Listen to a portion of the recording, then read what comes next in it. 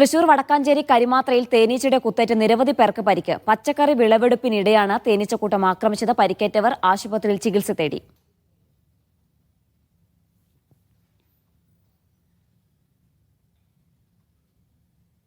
Out ഹൗസിൻ്റെ മുകളിൽ ഈ കുമ്പളുണ്ട്, കുമ്പളങ്ങ പൊട്ടിക്കാൻ വേണ്ടി കയറിയതാണ്.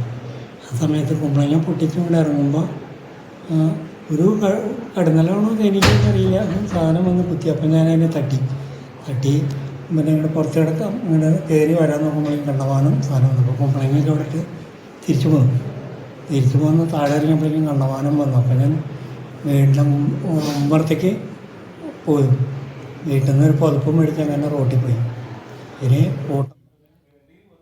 നടരാജ് പരശുറാം ചേരുന്ന വിശദാംശങ്ങൾ നൽകാനായി. നടരാജ്, എപ്പോഴായിരുന്നു സംഭവം? എത്ര പേർക്കാണ് പരിക്കേറ്റത്? ഇവരുടെ പരിക്ക് എങ്ങനെയുണ്ട്?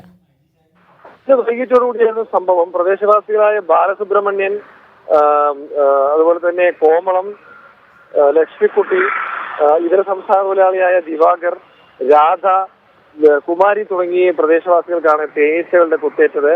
ഇവർ പ്രദേശത്തെ കൃഷിയുടെ വിളവെടുപ്പുമായി പുറത്തെത്തിയതായിരുന്നു. ഈ സമയത്താണ് ഇത്തരത്തിൽ തേനീച്ചകൾ ഇവരെ ആക്രമിച്ചത്. അപ്രതീക്ഷിതമായി തേനീച്ചക്കൂട്ടം എത്തിയതോടെ ഇവർ മാറാൻ ശ്രമിച്ചെങ്കിലും സാധ്യമായില്ല. എന്തായാലും ഇവർ പിന്നീട് അടുത്തുള്ള പുഴയുടെ ഭാഗത്തേക്ക് ഓടി രക്ഷപ്പെടാൻ ശ്രമിച്ചെങ്കിലും തേനീച്ചയുടെ കുത്തിയേറ്റിരുന്നു. ഇവരൊക്കെ തന്നെ വടക്കാഞ്ചേരിയിലെ ആശുപത്രിയിൽ ഇപ്പോൾ ചികിത്സ തേടിയിരിക്കുകയാണ്. ശരി, നടരാജ് പരശുറാമാണ് വിശദാംശങ്ങൾ നൽകിയത് തൃശ്ശൂരിൽ നിന്ന്.